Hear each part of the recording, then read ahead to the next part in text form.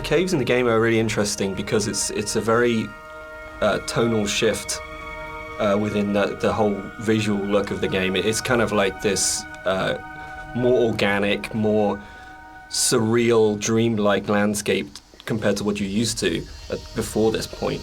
It's we kind of used the visuals and this kind of unreal theme very subtly, but here it's kind of at the forefront, and it's, to me, has kind of been designed as this kind of journey through the inner self, through the body, and it's really designed to be a very different experience compared to the rest of the game.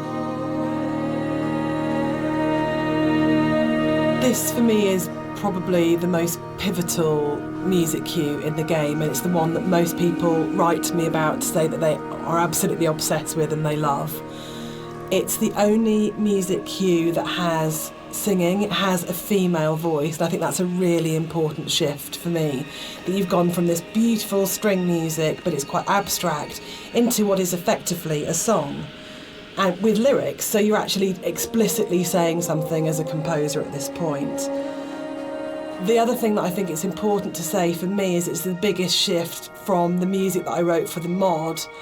It's the same music, but the act of having it sung by an amazing singer. I sang it on the original and it's really bad, and Clara Sanabras re-recorded it, and it's what good actors do, it's what Nigel Carrington did, it's what good musicians do, and they take something that you've created and they just shove it up into the next level and make something that's good into something really extraordinary. And also for me, I think it's a point where the environment art and the music just meld so beautifully and so seamlessly into one. I mean, on a personal level, I've played the game hundreds of times now, and I still enter the caves and I look at Rob's work and I'm just absolutely overawed, just gobsmacked by its beauty. And I just think it's a really magical moment in gaming for me, actually. I know that probably sounds really dramatic, but I just think it absolutely hits something where everything just works together. And the music is so dreamlike. You know, Rob has talked about the journey through the body, and I think that's absolutely, for me, the music becomes so organic and fluid and actually very feminine and female at that point. You're hearing the voice of his love.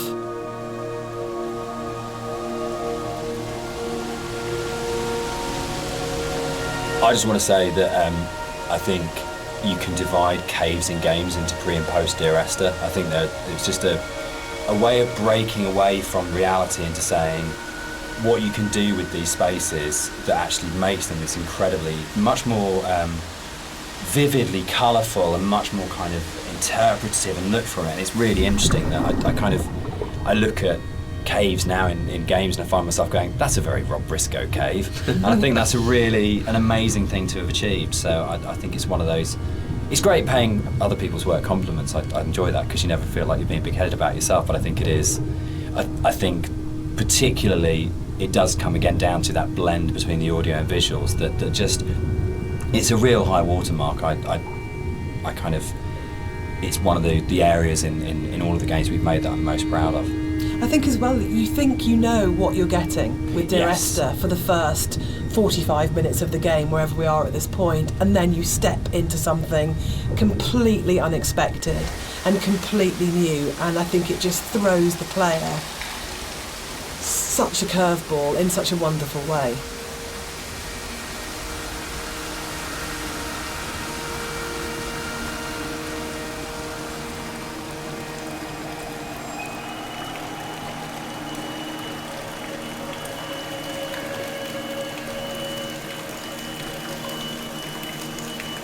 I think when you're designing a game, it's very easy to get very locked into what the system can do.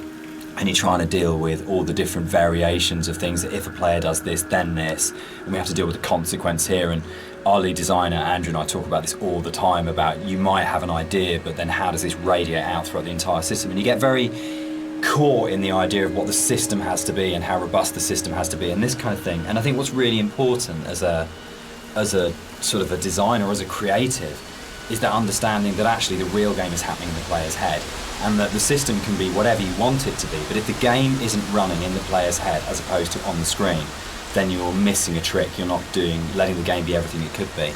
And I think the great thing about working with a game as simple as Esther in a way is that those sort of consequences of player interaction, there's not a huge number of them in the way that there might be with a very mechanically complex game. So you can really heavily focus on what is the game experience that's being played out within the player's sort of mind and heart at the moment.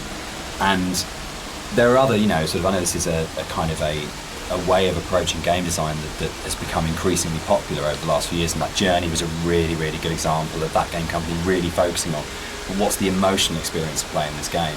But I think, again, it's probably one of the reasons why Esther has lasted as long as it has done, because it's not a mechanical exercise, it's an exercise in trying to inspire you as a player to have the deepest experience and the deepest engagement and to really run the game in your own head rather than being something that you're sitting 6 feet away from kind of interacting with. I hate interaction as a term for that. I think it becomes very cold and mechanical and systems driven, and really interaction is completely trivial and pointless if there isn't an emotional engagement with the player and you haven't moved it away from the screen and into the player's head.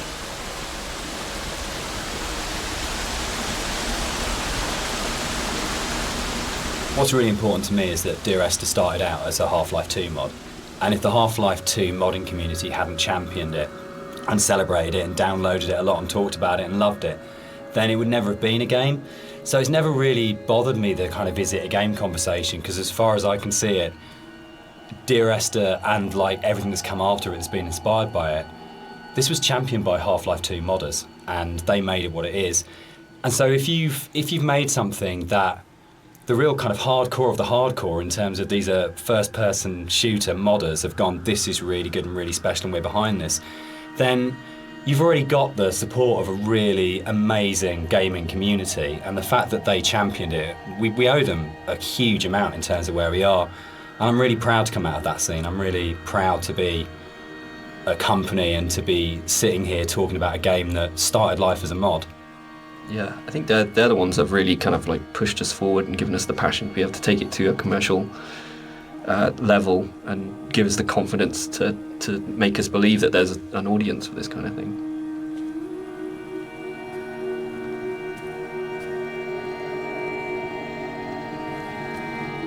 Dear Esther was my first foray into writing music for games. And I actually approached it very traditionally, so more as a film score than a traditional interactive game music score. And what's really interesting for me is that the lack of interactivity in the music was never a problem for anybody that played the game. And that's a separate discussion, but there's a big schism between game music composers of how much the music should be following the player at all times in terms of interactive music. But one of the reasons I wanted to say something at this point was that this was my little first journey into thinking about how you write music for games rather than films.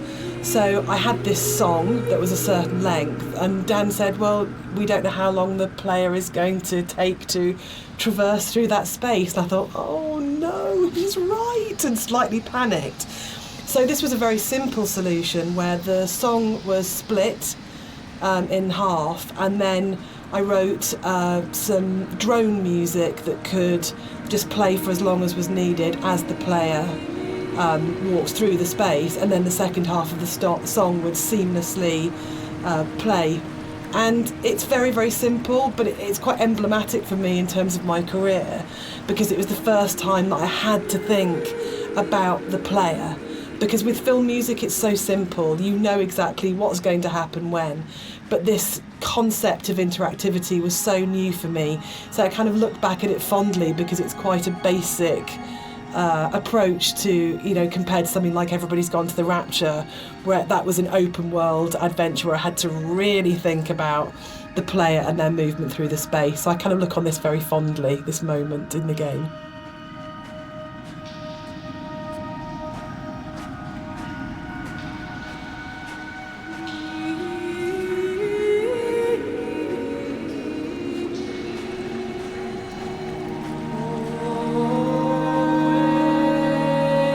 I don't know when the paper origami boats first came into things with Esther, really, but it felt like a really amazing metaphor of taking these letters and folding them into boats and then letting them leave the island, because you kind of, you know, at this point in the game is kind of the realisation is there that this isn't going to end well, and that the narrator is never leaving the island.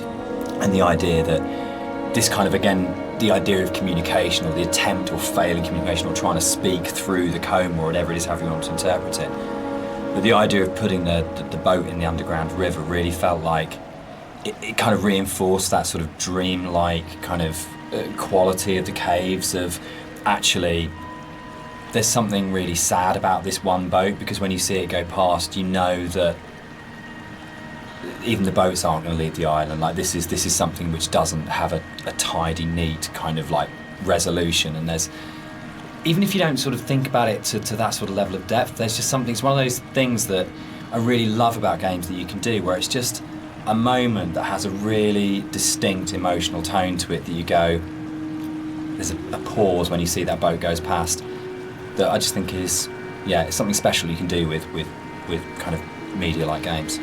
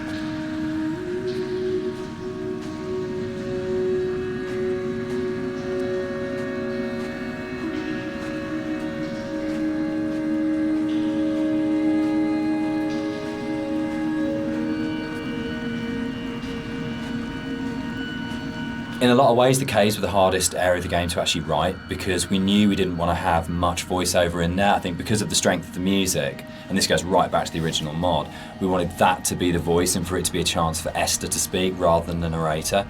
And we also wanted to have this break, so when the narrator came out from the caves, you had a real definite sense of something happening, and that he had changed as a result of this journey. So it meant it really felt wrong to have a lot of voiceover within there, but then that made it really difficult, because then it was, you had like 4 one-sentence lines in there, and each one of those had to have an absolute clarity and to really, really kind of work. So I think for me, it was really interesting. It's like the difference between writing kind of fiction and writing poetry. When you read really amazing poets, and you have that incredible surgical precision where every single word is considered and placed so absolutely.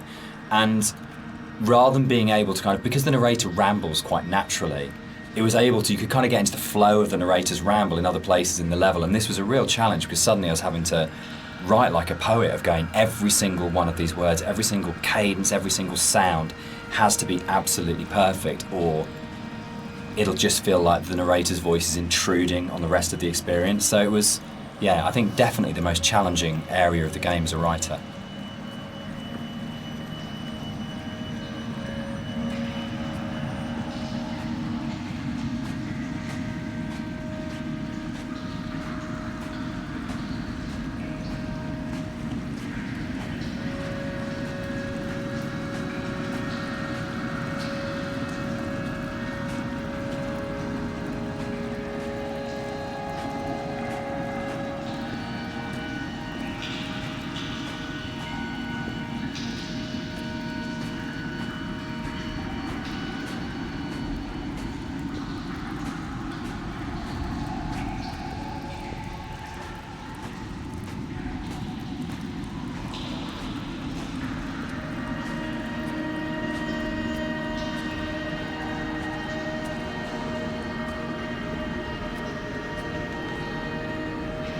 The sound here is a classic case of, again, what music I think does really well, which is you've had this soft, lyrical, beautiful, epic, dreamlike music, And then the moment you come out of the caves, you're into this really harsh soundscape, and the tonal shift is very, very brutal, I think, and deliberately so.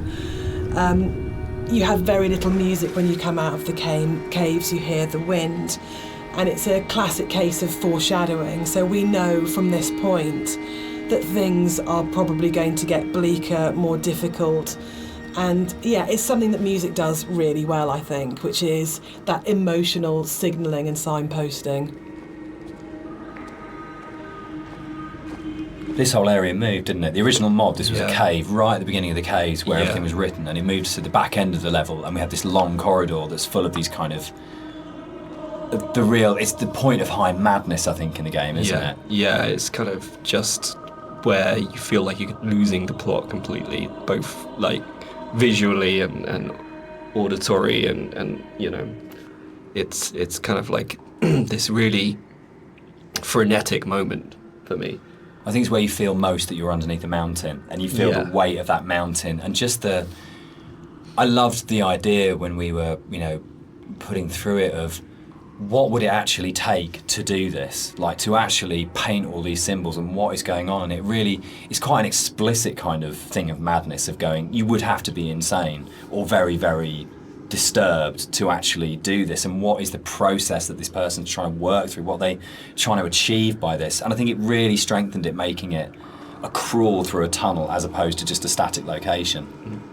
Yeah, I think it's the consistency and the coherence of the symbols is a lot more broken down as well. Like you see some symbols before like scattered around the environments, but at this point they're like right in your face, and they're kind of just, it's just total madness, you know.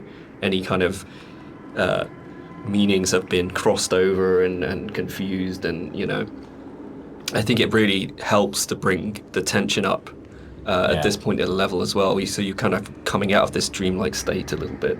Yeah, you kind of know that you're getting towards the end of the serenity into something that's a bit more disturbed than that. Yeah.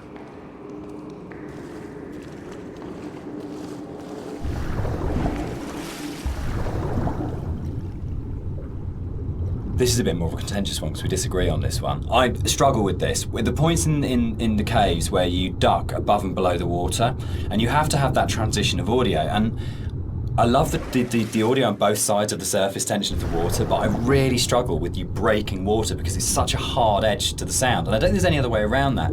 And you need to have those moments where you do go underwater because it's so important. But it's one of the areas that's never sat very comfortably with me, because I feel like in a level which hasn't got a single edge in it, it's the one edge within it, and it breaks me. And that's why I think it's so successful, because you've been lured into this completely hallucinatory, dreamlike world, and then all of a sudden, as a player, you're literally gasping for breath. You're coming up for air. And I think when we're talking about that metaphor of the body, for me, it's so about birth, and it's about this coming through the water, and actually it's a moment of realisation for me, but you're having to go back under again, and you're diving down. So for me, without wanting to sound incredibly pretentious, it's about the fight between the conscious and the subconscious, and that struggle. Booyah! There's actually a really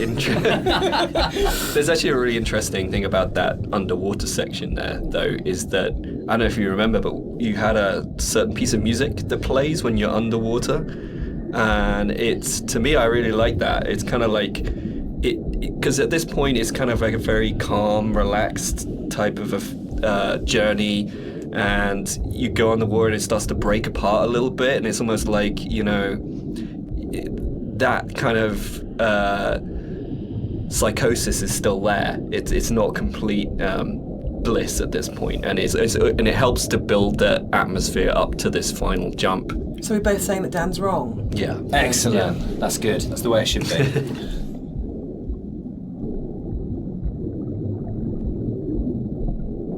The motorway scene, the biggest new addition to between the mod and the commercial version. This didn't exist in the mod at all. It was a completely new thing.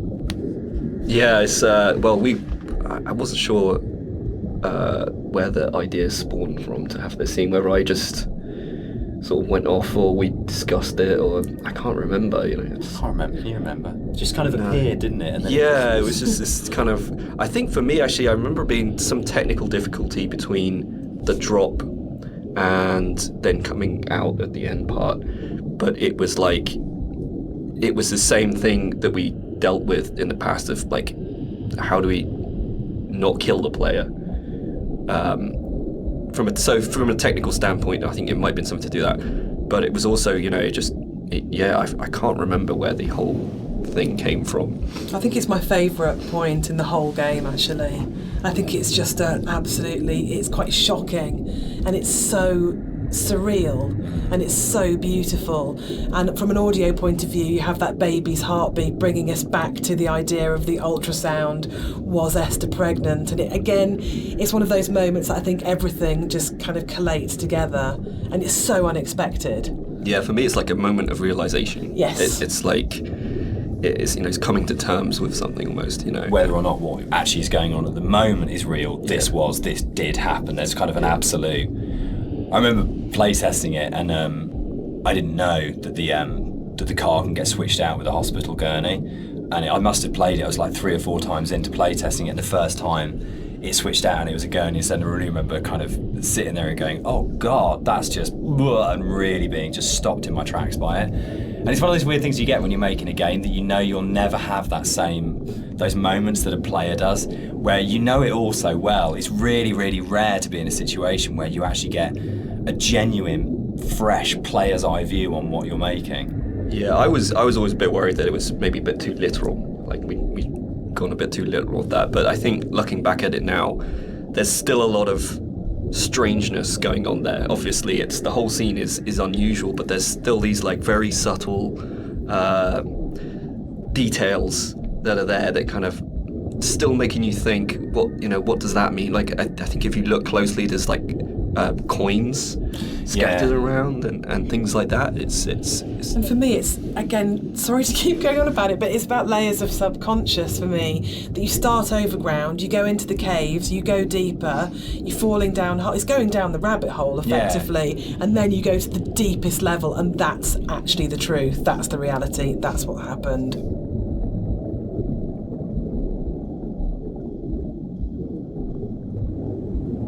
So the admission really is that I did play fast and loose with the geography of the M5. There isn't actually a welcome break service. It's just outside the junction of Sanford. But As we also has been know, pointed out to you. players. I mean, what a thing if you make something that's based vaguely on somewhere in real life. In terms of a compliment, when you're getting emails from players going, there isn't a welcome break there, and people really trying to work out where is this, and whole threads about where on the M5 it is.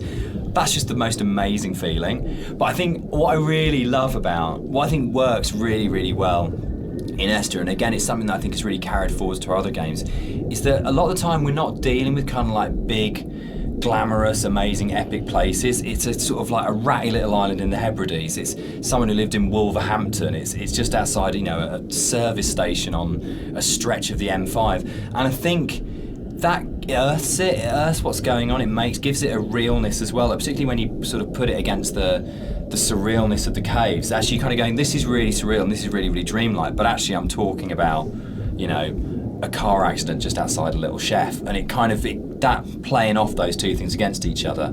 It's like making the ordinary extraordinary. Absolutely, yeah.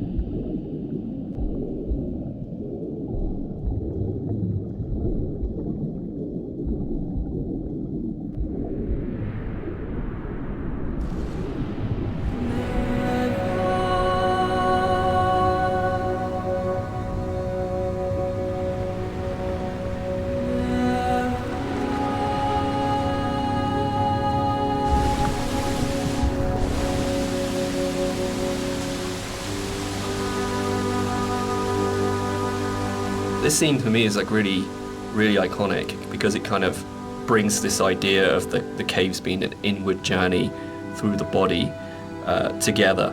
It's really kind of like a symbol of rebirth, and it actually brings together a lot of the visual goals that I wanted to achieve with a lot of the symbolism in the game. Like, I've talked a little bit about how the environment was kind of designed to provoke emotions, and kind of the impressionistic style gives you just enough information to make you think of things and feel things. But this is probably like the antithesis of this. And the whole feeling of rebirth here is quite strong. I know Jess.